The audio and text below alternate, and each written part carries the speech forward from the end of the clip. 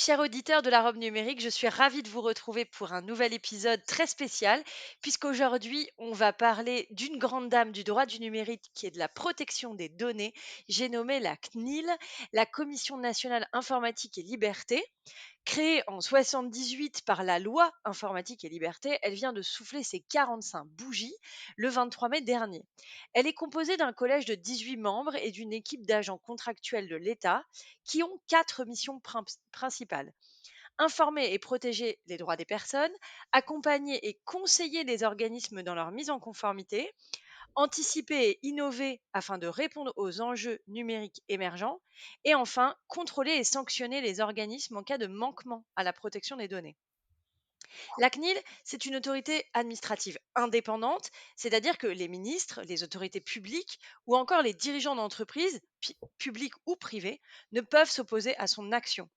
Et indépendante ne veut pas dire évidemment isolée. La CNIL s'inscrit dans plusieurs écosystèmes, d'abord au niveau national, en intervenant dans la création de décrets, d'arrêtés, de projets et de propositions de loi du gouvernement, mais aussi en contrôlant les décisions du Conseil d'État. Au niveau européen, ensuite, en coopérant avec le Comité européen de protection des données, le Conseil de l'Europe, et en respectant les décisions de la Cour de justice de l'Union européenne.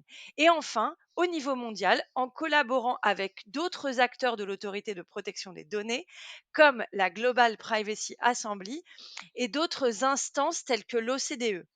Pour parler de tout ce beau sujet, j'ai l'honneur et l'immense plaisir d'accueillir Paul Hébert, directeur adjoint de l'accompagnement juridique de la CNIL. Paul, bonjour et merci d'être au micro de la robe numérique. Merci Oriana de m'avoir invité. Ça me fait de la peine. Alors, la première question que j'ai envie de vous poser quand je parle de la CNIL, c'est d'abord, est-ce que vous pouvez présenter les différentes directions de la CNIL? Alors, merci encore pour votre présentation très complète. On réduit parfois la présentation de la CNIL comme étant le gendarme des données, mais la CNIL, c'est plus que ça. Alors, c'est bien sûr un collège de 18 commissaires, comme vous l'avez dit, qui statue un peu sur les dossiers qu'il a examinés, et puis des services qui sont composés de directions. Pour faire simple, la CNIL, c'est grosso modo 4 directions métiers. Je passe des directions importantes comme la direction financière ou des services très importants comme le service international pour me concentrer sur 4 directions métiers principales.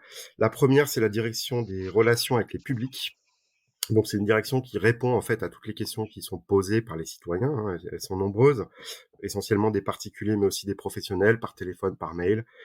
C'est environ quand même 49 000 appels par an, donc enfin l'an dernier. Et puis au-delà de ce front office, elle mène des campagnes de sensibilisation. Donc ça c'est un aspect important. Je vais prendre un exemple. Il y a eu toute une campagne sur pour les jeunes et notamment les enfants CE2 et CM2 sur le thème Tous ensemble prudence sur Internet avec des guides pour les enseignants, des jeux de cartes pour sensibiliser les enfants. Enfin voilà des vidéos adapté. Donc voilà, ça c'est une première direction très orientée vers les publics. La deuxième direction métier, c'est la direction de l'accompagnement juridique. Donc c'est la direction à laquelle j'appartiens. Sa mission principale, c'est d'accompagner et de conseiller les acteurs privés et publics, donc les professionnels, les entreprises, l'administration, etc., pour qu'ils soient en conformité avec la réglementation. Voilà, alors peut-être que j'aurai l'occasion de revenir plus en détail sur ce qu'elle fait précisément, mais grosso modo, voilà, on publie des contenus pour sensibiliser, on peut prendre des... Enfin, on est en charge notamment aussi de tout ce qui est publication de position. Je pense à la position sur les caméras intelligentes qui a été adoptée, donc examinée en collège, et tout ça, c'est cette direction qui s'occupe de construire cette doctrine juridique et bien d'autres choses. Donc, parce qu'effectivement, il y a aussi, au-delà des conseils, il y a aussi un volet avis au pouvoir public sur les décrets, les arrêtés, etc. Et les Troisième dire propositions de loi? et les propositions de loi, tout à fait. En effet, c'est une activité très très importante. Et puis les auditions aussi, parce qu'on est souvent auditionné par les parlementaires, au Sénat, à l'Assemblée nationale, pour éclairer les pouvoirs publics. C'est notre rôle de les conseiller. Ils peuvent ne pas suivre nos avis s'ils le souhaitent, mais en tout cas, notre mission, c'est de les conseiller pour qu'ils fassent les choses en conformité avec la loi. Troisième direction très importante, c'est la direction des technologies de l'information. Donc là, c'est une direction qui apporte une expertise technologique aux autres directions essentiellement. Et c'est important parce que si on connaît pas le fonctionnement des technologies comme les cookies, comme, les dispositifs de reconnaissance faciale, bah, on a un peu du mal à les encadrer, à les réguler. Donc voilà, ils nous éclairent sur le fonctionnement, sur les sécurités, sur les risques. Et puis ils ont un autre volet qui est, un volet de veille, notamment pour, détecter, analyser des technologies, des nouveaux usages, qui pourraient avoir des impacts, en termes de vie privée, hein. Il y a pléthore de technologies qui peuvent avoir des impacts. Et ça se fait notamment via, le laboratoire d'innovation numérique de la CNIL qu'on appelle le LINC, qui veut dire, enfin, qui est CNIL à l'envers d'ailleurs. Voilà, donc c'est une direction qui est composée, essentiellement d'ingénieurs, mais aussi parfois de sociologues et d'autres, profils. Et enfin, dernière direction, la partie répressive, c'est la direction de la protection des droits et des sanctions. Donc c'est elle qui vraiment est en charge, c'est la plus grosse direction de la CNIL, hein, qui est en charge de la chaîne répressive, ce qu'on appelle la chaîne répressive à la CNIL. Donc ce sont les plaintes, traiter les plaintes des citoyens, quand ils n'arrivent pas à exercer leurs droits, par exemple, procéder à des contrôles sur place, en ligne, ou sur pièce, et puis éventuellement après mise en demeure, transmettre ces dossiers à une formation qu'on appelle nous la formation contentieuse, qui est la formation spécifique aux sanctions de la CNIL, pour éventuellement prononcer des sanctions. Je vous donne juste quelques chiffres rapidement pour illustrer ça, et ils sont issus du rapport annuel 2022 qui a été publié, là récemment. 13 160 plaintes ont été reçues, enfin ont été traitées, pardon. Ça a donné lieu à 350 contrôles. Donc, vous verrez, c'est un peu une logique d'entonnoir. On reçoit 13 000 plaintes, il y a eu 350 contrôles réalisés en partie sur les plaintes reçues, mais pas uniquement.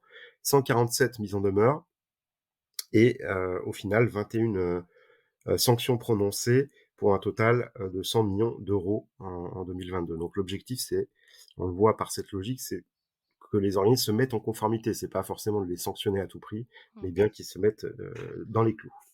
Alors, cette direction-là, elle intéresse, particulièrement, le public et en tout cas, ceux qui nous écoutent.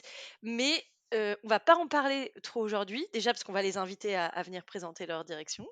Mais, surtout parce que vous êtes, sur l'accompagnement juridique et moi, si j'avais vraiment envie qu'on fasse un podcast sur votre, sur votre service, votre direction, c'est parce que, je pense que c'est, important de rappeler ses missions principales et pourquoi bien suivre ce que vous faites et ce que vous mettez à disposition. Du coup, est-ce que vous pouvez, revenir peut-être un peu plus en détail sur vos missions principales, la composition de votre service, si vous pouvez en parler? Enfin, voilà, présenter, votre direction. Alors, on est maintenant presque 60 agents dans ma direction. À la CNIL, c'est 270 agents, hein, juste pour que vous ayez un ordre, d'idée. Donc un peu moins d'une soixantaine d'agents. Les missions, je les ai déjà un petit peu présentées. C'est essentiellement accompagner, les acteurs publics et privés et les sensibiliser, au respect de la réglementation et finalement les aider à être conformes. Donc en amont, nous, on a vraiment une action qui est en amont des projets. Donc on est là pour, conseiller, les différents acteurs dans leurs projets pour qu'ils soient, dans les clous du RGPD. Alors cet accompagnement, je vais pas forcément focaliser sur les pouvoirs publics, mais cet accompagnement, on peut, si on veut, en gros, le scinder en deux grandes catégories. On a, nous, ce qu'on appelle un accompagnement général et sectoriel. Donc ça, c'est, en gros très concrètement des fiches qu'on publie sur le site, des guides, qu'on publie, également sur le site, ou des référentiels ou des recommandations, ce qu'on appelle nous, en fait, le droit souple, la soft law. Donc c'est des outils qui ne sont pas contraignants juridiquement, mais qui permettent de fixer un cadre en disant voilà, si vous faites comme ça, a priori il n'y a pas de difficulté. Alors oui, je vous vois hésiter, mais c'est pas contraignant au sens où voilà, ce sont des conseils. On recommande un certain nombre de choses pour être dans les clous. Après, effectivement, les acteurs peuvent prendre le risque de le faire comme ça ou pas. Voilà, pour donner quelques exemples, on a par exemple un guide sur le recrutement, comment recruter, je dirais, dans le respect du RGPD, ou bien, donc ça c'est tout le secteur du recrutement, mais il y a aussi des choses plus générales comme la recommandation sur les mots de passe, comment mettre en place des mots de passe sécurisés. Voilà, donc ça c'est le premier type d'accompagnement qu'on fait, et puis on a un accompagnement individuel, où là il s'agit plus de répondre à des demandes de conseils qu'on reçoit, on en reçoit quand même plus de 1 400 par an. Donc on répond à ces demandes. On a une charte d'accompagnement sur notre site internet. Je fais une petite parenthèse sur cette charte parce qu'on a parlé des directions. Ce qui est important pour nous, c'est d'avoir une étanchéité entre les différentes directions et en particulier entre la chaîne répressive et la chaîne qui conseille, hein, parce qu'on on est un peu schizophrène des fois à la CNIL. On a deux jambes, on a un côté conseil et un côté répressif, mais tout ça voilà est bien encadré et les agents par exemple de ma direction peuvent pas faire de contrôle euh, pour ce serait un peu étrange en tout cas de recevoir des acteurs avec ce côté un peu schizophrénique. Donc l'accompagnement individuel, c'est des demandes de conseil, c'est des réunions, c'est des permanences téléphoniques qu'on organise. Voilà, donc ça c'est un peu le quotidien de la direction. Et puis à côté de ça, très important, on a mis en place d'autres offres d'accompagnement plus innovantes. Donc je cite les deux dernières. La première, et ça j'insiste là-dessus parce que la CNIL c'est vraiment une des autorités indépendantes qui a développé cette stratégie d'accompagnement des écosystèmes innovants. Et tout ça dans l'idée de promouvoir des modèles d'affaires qui soient conformes ab initio, je dirais, à la réglementation. Donc deux exemples, le bac à sable. Donc on a mis en place des bacs à sable thématiques, l'un sur la santé, l'un sur les EdTech. Donc là, on accompagne des acteurs sur des projets précis au moment de la phase de la conception. Donc c'est vraiment une approche privacy by design, en quelques mots, comme on dit. Et on essaye de résoudre leurs questions juridiques, qui sont souvent des questions juridiques nouvelles. Et puis en 2023, la dernière offre qu'on a lancée, qui concerne plutôt des entreprises du numérique, qui présentent un fort potentiel de développement économique ou d'innovation. Donc c'est ce qu'on appelle nous l'accompagnement renforcé. Là, il n'y a pas vraiment de thématique précise, mais voilà, l'idée c'est d'offrir un accompagnement, je dirais, varié et renforcé, avec un appui juridique et technique un peu plus fort que d'habitude, dans des délais rapides, parce qu'on a cette problématique des délais, et voilà, une revue aussi de conformité des traitements. Donc voilà, donc ça c'est assez nouveau. On a eu 47 sociétés candidates pour cet accompagnement renforcé, et on a retenu, enfin la présidente, on a retenu trois sociétés. Je pourrais revenir si vous souhaitez savoir lesquelles il s'agit. OK, alors c'est effectivement une direction du coup qui a un champ, d'intervention, re assez large. Oui, j'ai eu une réaction quand vous avez dit que la soft law était pas, si contraignante parce que dans la décision Free, de l'année dernière, il a été considéré que, bah, les référentiels notamment, c'était un peu, l'état, du droit, en tout cas, l'interprétation de l'autorité et qu'il fallait, les respecter. C'est pour ça que il faut largement s'en inspirer. En tout cas, je j'aurais pas le conseil, inverse, de dire, «Bon, prenez connaissance, mais faites comme vous voulez». Je serais quand même, moi je serais pas à l'aise à conseiller ce type de stratégie, même si juridiquement, dans les textes, en théorie, c'est de la soft law, mais au niveau jurisprudentiel, il y a quand même, une tendance à rendre, heu, obligatoire enfin, en tout cas, les interprétations qui en ressortent. C'est pour ça que je réagissais quand vous avez dit ça.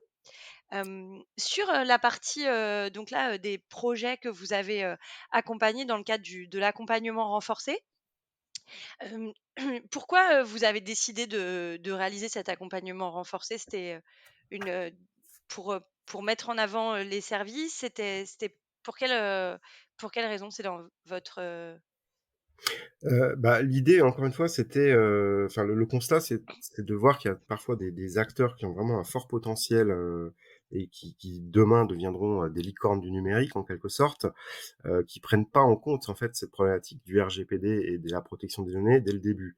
Et résultat, après, comment le régulateur intervient, il intervient a posteriori par la chaîne répressive que j'ai décrite. Donc c'est pas très satisfaisant. Donc l'idée, voilà, c'est d'offrir quelque chose. Alors c'est nouveau, hein, je peux pas vous en dire beaucoup parce que pour l'instant on teste un peu tout ça, mais l'idée c'est bien d'être vertueux dès le départ et nous d'offrir une capacité d'analyse et de conseils qu'on peut mettre à disposition de ces acteurs, alors, de manière limitée parce qu'on peut pas le faire pour tout le monde malheureusement. Mais voilà, c'est un peu ça la philosophie. malheureusement ou heureusement, parce que sinon il y a des gens qui auraient plus de job.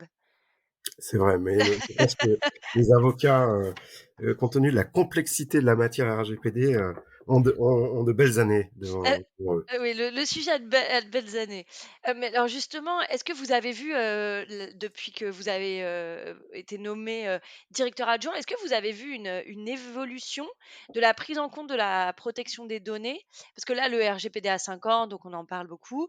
Hem Mais est-ce que vous avez vu vraiment fondamentalement un changement ou une prise de conscience majeure ou bien des demandes spécifiques? Enfin voilà, qu'est-ce que vous avez observé durant ces dernières années, s'il y a eu un changement? Alors, je à mon sens, il y a eu un changement, hein, depuis le RGPD. Il y a eu un effet RGPD. D'abord, il y en a qui ont découvert qu'il y avait une législation de la protection des données à cette occasion, hein, alors qu'elle existe depuis 1978. Mais il y a eu des changements. Le 1er constat, moi, que je peux faire, c'est que beaucoup d'entreprises ont quand même gagné en maturité je dirais dans la stratégie de gouvernance des données de manière générale. Puisque en fait, le RGPD, finalement, il oblige à beaucoup de documentation, de responsabilisation, de mettre en place des cartographies de traitement, de contractualiser avec des sous-traitants. Enfin, il y a tout un arsenal que vous connaissez bien juridique pour encadrer tout ça et documenter en fait sa conformité. Et finalement, ça a permis de structurer un peu plus la gouvernance des données des entreprises. Alors pas toutes, hein, mais certaines structures, je pense, ont beaucoup gagné en maturité grâce au RGPD.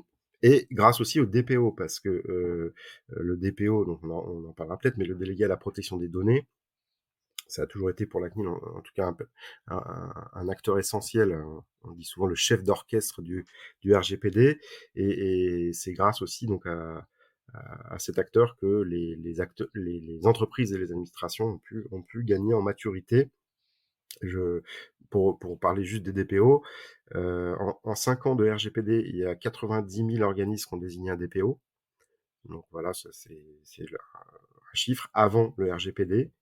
En 2016, on avait un autre dispositif qui s'appelait les CIL, les correspondants informatiques et liberté, qui était facultatif. On en avait 4 729 en tout. Donc en gros, il y a il y a eu une multiplication par 6, mais aussi parce que c'est obligatoire dans certains cas. Voilà, donc ça c'est le premier constat. Le deuxième que je peux citer et qui est pas inintéressant, c'est de voir comment dire, une maturité renforcée et une prise en compte plus forte du risque de cybersécurité. Et ça, Mmh. je pense que le RGPD l'a beaucoup permis parce que finalement, il rehausse les exigences en matière de sécurité. C'est un des seuls textes qui fixe des exigences en matière de sécurité des données, et donc voilà, donc des mesures organisationnelles, des registres de violation, des analyses d'impact à la protection des données. Et tout ça, en fait, a fait monter en maturité l'ensemble des acteurs sur ce risque, qui est un risque réel, comme vous le savez, puisque c'est une de vos spécialités. Voilà, là aussi, peut-être juste pour illustrer et terminer, euh, on a eu 4000 notifications de violation de données en 2022. C'est largement, je pense, en dessous de la réalité, hein. Euh, Mais bon, voilà, on a quand même ce chiffre qui est en hausse régulière, et aussi pas inintéressant en termes de sanctions. Je regardais rapidement, on a environ un tiers des sanctions qui concernent un manquement à la sécurité. Donc c'est pas négligeable. Alors justement, sur cette obligation de sécurité, on peut en tout cas dire que c'est le premier texte avec des sanctions pécuniaires aussi élevées en cas de manquement, et dans les manquements, il y a le défaut de sécurité. Exactement, vous avez Parce que parfait. l'obligation de sécurité, elle date, on la voit dans même, des dispositifs, sectoriels. Je pense notamment, aux bancaires, il y avait des obligations de sécurité, mais je crois que vraiment avec le RGPD, c'est le changement de paradigme parce qu'il y a une obligation, enfin, il y a une sanction, pécuniaire enfin hyper coercitive, bien plus que celle qu'on avait avant dans la historique, loi informatique et liberté. Ouais, tout à fait. C'est pour ça qu'on dit, nous, souvent, que le RGPD est un instrument au service de la cybersécurité. Je pense vraiment que s'il a contribué, et nous, on suit ces sujets, et on est un acteur parmi d'autres, hein, il y en a plein d'autres, l'ANSSI, etc. Mais voilà. Euh, Alors, justement là, vous parliez, de 4 000 violations, déclarées. On mhm. peut penser que ce chiffre, il va exploser aussi avec, l'obligation du dépôt de plainte dans les 72 heures, pour, avoir une prise en charge, notamment au niveau de l'assurance, des conséquences d'une cyberattaque notamment. Et on a, faut le dire, pardon, assez peu de cyberattaques sans violation de données à caractère personnel. Oui, vous avez raison, je pense que les dans la plupart des attaques, ce qui intéresse enfin, il peut y avoir des attaques sur des données d'entreprise, des secrets et cetera, mais la plupart sont quand même, concernent des données à caractère personnel. On sait que ça a une valeur sur le dark web, hein, en particulier quand on arrive à agréger des données, qui concernent un même individu. Donc c'est pas effectivement, c'est un phénomène qui est pas prêt de se tarir, et nous, notre rôle à la CNIL, c'est de sensibiliser aussi, les entreprises parce on sensibilise pas forcément les mêmes acteurs d'ailleurs que l'ANSSI, donc l'agence des plutôt des grosses structures et des opérateurs d'importance vitale. On a un partenariat aussi avec, Cybermalveillance, qui travaille sur ces sujets. Enfin voilà, on touche un autre public, et la sensibilisation à la cybersécurité, c'est quand même essentiel. Alors justement, pour revenir un peu, on a parlé du RGPD, la loi informatique et liberté. La loi informatique et liberté, comme on le rappelait, date de 78. C'était un texte hyper moderne quand même, à l'époque. Est-ce que vous considérez que le RGPD lui a permis de garder sa modernité? Alors c'est sûr que la loi de 78, vous avez parfaitement raison, c'était vraiment finalement un texte assez révolutionnaire, et enfin, en tout cas précurseur puisque, fi la plupart, d'abord, c'est un texte, pardon, technologiquement neutre, hein, il n'y a pas vraiment de Mmh. choses, qui orientent des technologies, et finalement, ce texte, il a posé les fondements, hein. Tous les principes que vous avez, vous, l'habitude de manier, avocats spécialisés dans ces sujets, ils ont pas changé, hein. Moi, je dis souvent, à mes juristes, le RGPD, c'est 5-6 principes à décliner, finalement. C'est pas 300 articles, donc voilà, il pose ses principes. Le principe phare de l'article premier, l'informatique est au service du citoyen, il ne doit pas porter atteinte aux libertés, etc. Il est toujours d'actualité plus que jamais. Et, euh, et voilà, donc les principes de finalité, de limitation de conservation de données aussi n'ont pas changé. Donc voilà, finalement, il a posé les bases, mais c'est sûr que, et d'ailleurs, pardon, une petite parenthèse, il n'a pas été modifié avant 2004. Donc ça prouve quand même, en termes de légistique et de rédaction du droit, je trouve que c'est un texte qui est particulièrement robuste à l'ère de la multiplication des textes et de la complexification. Et il Voilà. a inspiré une directive, Il a inspiré une directive et il quand a aussi même. pas mal inspiré le RGPD. Alors c'est sûr Ah qu'il oui, a, complètement même. pour répondre à votre question, il a fallu le moderniser, ce texte, parce que bah, l'aspect international, le transfert de données entre pays, etc., c'était pas en 78, on n'en était pas là, hein. L'informatique, était, enfin, tout le monde pouvait pas se payer, de l'informatique. C'était plutôt les grosses structures, les entreprises, les États. C'était là où il y avait un risque. Donc voilà, il a fallu le moderniser. Et le RGPD a permis cette modernisation, pardon. Je pense au moins à 3 titres. D'abord parce il a fixé un cadre harmonisé au niveau européen. Mmh. Et ça, c'était important de l'avoir. Alors, c'est pas parfait encore, mais on a un cadre harmonisé pour tous les pays d'Europe. Ensuite, parce qu'il a une portée extraterritoriale. Et ça, je pense vraiment que c'est une avancée majeure pour la protection des données en Europe. Et d'autres textes vont suivre ce, ce chemin. C'est vraiment gage de souveraineté, en tout cas européenne. Et enfin, c'est un texte qui a créé des droits nouveaux, comme la portabilité, enfin, qui ont renforcé aussi des droits existants. Donc voilà. Donc c'est en ce sens-là, le RGPD a modernisé la loi informatique et liberté. Non, je peux que être d'accord, sur, service au DPO, si on peut y revenir, une petite minute. Pourquoi avoir fait le choix d'avoir un service dédié au DPO? Alors, d'abord, il y a des raisons historiques, comme je vous le disais. La CNIL, ça a été enfin, la première autorité qui a créé un correspondant informatique et liberté, qui était à l'époque facultatif, et qui avait un peu les mêmes, missions que le DPO actuel. Donc voilà, il y a ces raisons-là. Bon, et puis aussi parce que le DPO, c'est vraiment un acteur et surtout essentiel dans la mise en conformité. Je l'évoquais tout à l'heure. C'est pour ça qu'il y a un choix qui a été fait depuis de nombreuses années de les accompagner spécifiquement, en ayant, un service, dédié, alors qui a un peu évolué. Maintenant, c'est le service des délégués et de l'accompagnement. Mais l'idée, enfin, ils ont vraiment une équipe d'experts qui connaît les pratiques des DPO depuis des années et donc qui répond à leurs questions, en s'appuyant aussi sur une communauté de professionnels, sur des associations de DPO. Et c'est vraiment ça l'objectif, c'est d'être au plus près de leurs besoins, de pouvoir, répondre à leurs interrogations quotidiennes, hein. C'est pas un métier facile, le métier de DPO.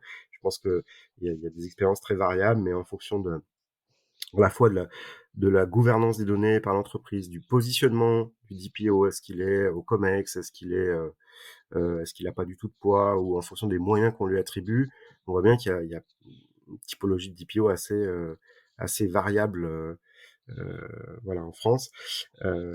Voilà, donc du coup, cet accompagnement, c'est un choix qui a été fait dès le départ et qui continue. Et récemment encore, on a publié beaucoup de contenu à destination des DPO, mais aussi des professionnels. Je pense notamment au guide des DPO, qui est un document assez conséquent. On a produit des référentiels aussi sur les durées de conservation, parce que bon, la première question, c'est j'ai une donnée, je la conserve combien de temps? Bah, à un moment, il faut une réponse concrète, hein.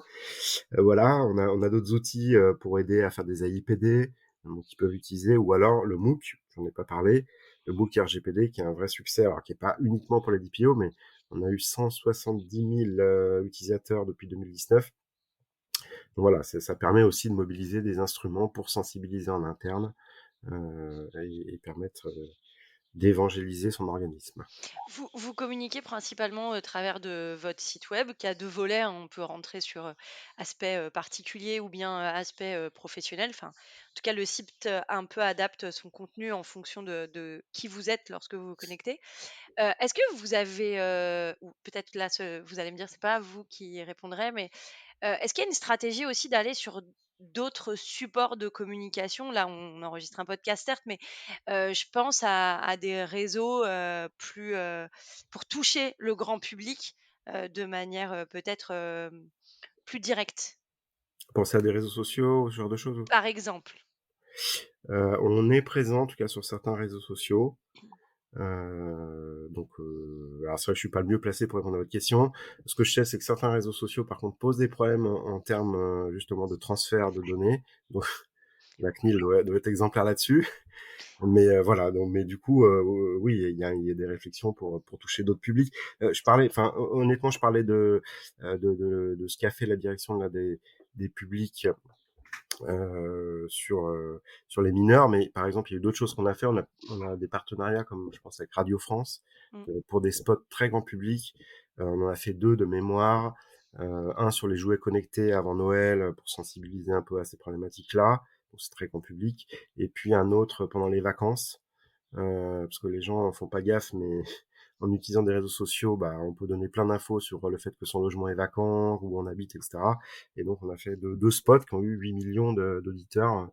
Donc voilà, c'est d'autres moyens. Quand on part, quand on revient, c'est bien, c'est pratique. Exactement. Toutes les infos sont disponibles. La CNIL, pour rentrer un peu plus, brièvement, hein, dans des retours, CNIL, dans le cadre de votre premier, dans le cadre du bilan qui a été dressé sur les évolutions des pratiques, du web et notamment en matière de cookies, pour notamment évaluer, l'impact, de votre plan d'action. Est-ce que vous pouvez revenir sur les enseignements que vous avez pu tirer de ce premier bilan? Alors, pour aller assez rapidement, juste rappeler quand même le plan d'action cookies, en gros, mais je fais très vite. On avait publié des lignes directrices et des recommandations en 2020.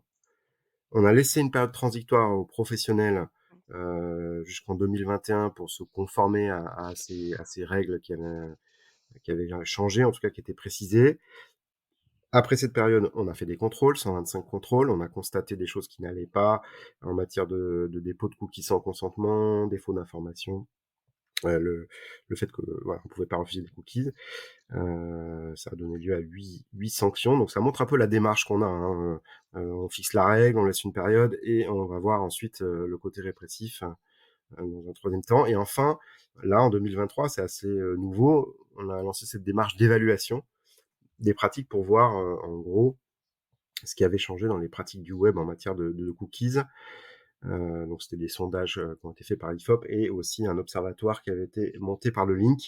Les enseignements, je dirais, de cette évaluation, pour faire très court, hein, mais vous pourrez voir le détail sur le site internet, c'est un, constate une meilleure connaissance de la réglementation sur les cookies, heureusement d'ailleurs.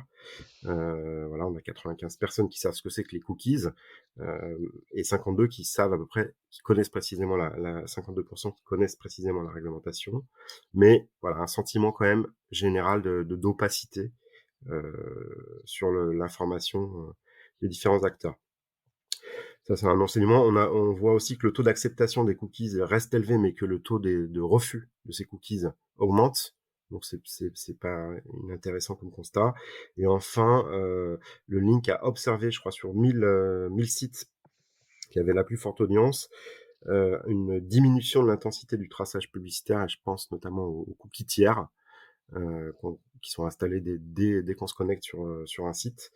Voilà, donc ça c'est les constats qu'on a pu faire sur ces cookies. OK. Ensuite, vous avez annoncé, en tout cas dans, le rapport annuel, il y a un sujet, numérique responsable. Il y avait une thématique numérique responsable. Est-ce que c'est un sujet qui est devenu à l'étude de la CNIL parce que, les autres sujets maintenant commencent à être plus matures? Alors c'est un sujet, là aussi je suis pas le mieux placé pour vous en parler, mais c'est un sujet en tout cas qui est à l'étude. C'est un sujet assez complexe. Je sais que le Link en 2021 avait lancé une exploration prospective un peu sur ce sujet, donc je pense que c'est un peu la démarche. Pour l'instant, c'est assez prospectif. L'idée, c'est quoi? C'est de savoir si, en gros, la réglementation sur la protection des données participe ou contribue à la protection de l'environnement. C'est un peu la philosophie. Et en effet, si on le RGPD, si on en fait une lecture sous l'angle sobriété numérique, comme on dit, bah, on voit bien qu'il y a des bonnes pratiques du type minimisation des données. Hein, il ne faut pas conserver les données, pas toutes les données, donc il faut minimiser un moins en volume. Le principe de durée de conservation limitée, enfin tout ça peut contribuer à des bonnes pratiques en matière de modération énergétique. Voilà, donc pour l'instant, c'est un peu quand même au stade prospectif parce que la difficulté, c'est quand même l'impact du numérique sur l'environnement. Je pense que c'est un sujet en soi, c'est un sujet éminemment transversal, très complexe, qui fait l'objet de recherches un peu dans tous les sens. Et si on prend juste la généralisation des smartphones ou des objets connectés, des caméras vidéo personnelles que les gens installent, rien que les composants, à mon avis, ça a déjà un impact environnemental fort.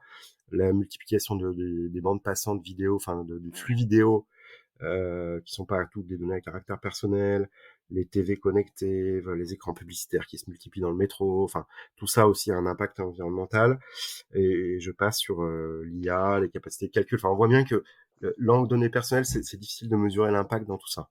Après, je pense que là, dans les approches, il y a quand même essayé de décorréler, l'usage de la fabrication déjà parce qu'effectivement Mm. c'est pas du tout, enfin voilà, c'est pas Ouais. du tout la même chose. Et après, pour les données personnelles, en tout cas pour le secteur, là vous citiez, finalement un peu tous les secteurs et tous les pans dans lesquels on voit, grandir l'aspect numérique et l'utilisation, massif, des environnements numériques. Mais en tout cas sur, le volume, data, utilisation, hem, au niveau du secteur, privé ou public, enfin à l'échelle d'une organisation, le principe de minimisation, il permet quand même, enfin en tout cas, c'est ce dont je suis en tout cas persuadée, c'est qu'il permet quand même d'équilibrer la balance aussi vis-à-vis, bon, la protection des données, ça certes, mais au niveau de la sécurité, parce que quand vous avez moins de données à voler, votre risque diminue quand même et l'impact, de ce risque sur les personnes est plus faible lorsqu'il se réalise et sur, l'hébergement, moins de données, moins de stockage, moins de data center, et du coup, moins de consommation énergétique. Ah, vous avez parfaitement raison. Je pense que c'est, en tout cas, finalement, le RGPD, ça peut être un guide de bonne pratique, bon usage sur ces données-là. Après, je suis assez persuadé, moi, à titre personnel, que comment dire, c'est aussi les usages, comme vous dites, qu'il faut arriver à changer. Je vais prendre un parallèle qui était un peu peut-être simpliste, mais voilà, moi, on m'a appris très jeune à couper l'eau, à pas dépenser de l'eau. Bon, bah, avec Internet, c'est pareil. Je veux dire, si vous Mmh. téléchargez du streaming non-stop, à un moment, bah, vous l'utilisez pas, vous coupez. Voilà, et c'est peut-être des usages qui viendront du temps. Mais ça, je suis complètement d'accord avec vous. Après c'est pour de la donnée personnelle, mais pas que en réalité. Tout à fait. Parce que l'eau, c'est une énergie et la donnée personnelle est une data, enfin, c'est une ressource, l'eau, mais la donnée perso est une data parmi, plein d'autres. Mais au final, ce qu'on s'applique pour la donnée perso permet d'améliorer si on applique le même niveau à tout le monde, on améliore aussi, d'autres aspects au niveau de l'entreprise, pas pour Ouais, citer le secteur privé. Protéger ses brevets ou ses actifs, c'est quand même pas, complètement inutile. tout à fait. Non, non, mais vous avez raison. On arrive, à la fin du podcast. À ma dernière question, c'est sur le Privacy Research Day qui a lieu le 14 juin prochain. Est-ce que vous pouvez nous en parler? Pourquoi, faire, cet événement qui permet de rencontrer des universitaires? Heu, Alors, voilà. c'est la deuxième fois que la CNIL, hein, fait cet événement-là. Pour en parler assez brièvement, donc c'est un événement, pardon, pour ceux qui ne le connaissent pas, qui regroupe effectivement des chercheurs français et étrangers qu'on reçoit à la CNIL. L'objectif, très simple, c'est d'échanger avec des experts juridiques, on en a beaucoup à la CNIL, des informaticiens aussi, mais pas uniquement, des designers, des chercheurs en sciences sociales, et on voit bien que il y a ce besoin en fait d'avoir une approche transversale sur nos sujets. Le Link, par exemple, travaille beaucoup sur les dark patterns, sur le design de l'information, comment on fait pour informer concrètement les personnes de manière efficace pour qu'il n'y ait pas de fatigue du consentement, comme on dit, à force de cliquer, j'accepte. Voilà, donc en gros, l'idée, c'est de réunir des experts dans tous les domaines, liés à la vie privée, à la protection des données, bien sûr. Et puis, ça permet de découvrir des recherches aussi qui sont en cours, très intéressantes, soit en matière cyber sur des vulnérabilités qui sont nouvelles, ou voilà, ou des nouveaux outils aussi qui sont faits pour protéger la vie privée ou gérer sa vie privée au mieux, l'optimiser. Voilà, c'est un peu ça la logique de cette deuxième édition du Privacy Research Day, c'est de phosphorer, de réfléchir autour de la vie privée et de la protection des données avec une approche qui ne soit pas que juridique ou technique. Merci beaucoup, Paul, d'être venu au micro de la Robe Numérique. Mes 2 dernières questions. À quoi avez-vous envie de dire non aujourd'hui? Alors, à quoi, pour rester en lien un peu avec la thématique,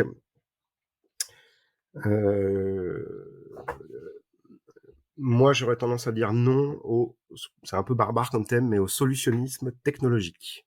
Alors, qu'est-ce que le solutionnisme technologique? Bah, c'est un peu l'idée que selon laquelle la technologie, elle est capable de résoudre tout. Un magicien. Voilà, les crises sociales, les crises écologiques, on l'a vu au moment du Covid. Finalement, on réfléchit pas sur les causes, on se pose pas trop la question de l'impact sur les usages, et voilà. Bah, il nous faut par exemple des exosquelettes pour travailler plus longtemps. Très bien, c'est une idée comme une autre. Ou bien en cas de crise pandémique, il faut géolocaliser tout le monde. Enfin voilà, je pense que voilà, c'est une tentation. Je schématise un petit peu à gros traits, mais c'est quand même une tentation forte et qui occulte toute une dimension éthique, sociétale et économique que la CNIL en tout cas s'efforce de prendre en compte de plus en plus. J'ai pas eu le temps de parler de enfin un service de l'intelligence artificielle qui s'est créé récemment pour réfléchir à tous ces sujets-là, mais ça vous sera l'occasion peut-être d'un autre podcast. Et Avec puis plaisir. aussi une approche économique. On a beaucoup renforcé cette approche économique parce que bah il y a un marché hein, de la donnée. Il faut comprendre ce marché. Il faut savoir l'impact de la régulation. Donc ça c'est fondamental. Et à quoi avez-vous envie de dire oui? Parce qu'il faut finir sur des notes positives. Alors oui, alors je vais tricher un petit peu parce que j'en ai parlé juste avant, mais oui à la recherche, ça c'est sûr. Oui à la recherche, oui à l'innovation, et y compris l'innovation technologique. Hein, un solutionniste technologique ne veut pas dire qu'on est contre l'innovation, et bien au contraire. Et je pense qu'il faut qu'il y ait cette innovation, c'est vraiment essentiel pour l'économie française, mais aussi pour la souveraineté française et européenne. Donc il faut, je pense par exemple à tous les débats qu'il y a actuellement en matière d'IA, il faut arriver à développer cette recherche. J'en parle parce qu'on entend quand même souvent que le RGPD c'est un frein, c'est une contrainte, ça empêche la recherche, etc. Alors probablement que effectivement ça peut apporter quelques contraintes, mais c'est aussi un facteur de confiance et on sait que le numérique sans confiance ça fonctionne pas. Donc voilà, c'est oui à la recherche et l'innovation dans le respect du RGPD. Très bien. Merci beaucoup Paul, d'être venu au micro de la Rome numérique. On invite du coup vos collègues à venir présenter, leurs services et directions, dans les prochains épisodes. Je vais essayer d'organiser ça. Merci vraiment, d'avoir pris ce temps, de venir nous présenter, du coup votre service. À bientôt puisque j'ai l'impression qu'il va y avoir, beaucoup d'actu, l'actualité sociale, ne faiblit pas, donc j'imagine que la vôtre ne faiblira pas non plus tout de suite. Et je vous dis, bonne continuation, à bientôt. Merci en tout Merci cas. beaucoup. Merci Runa.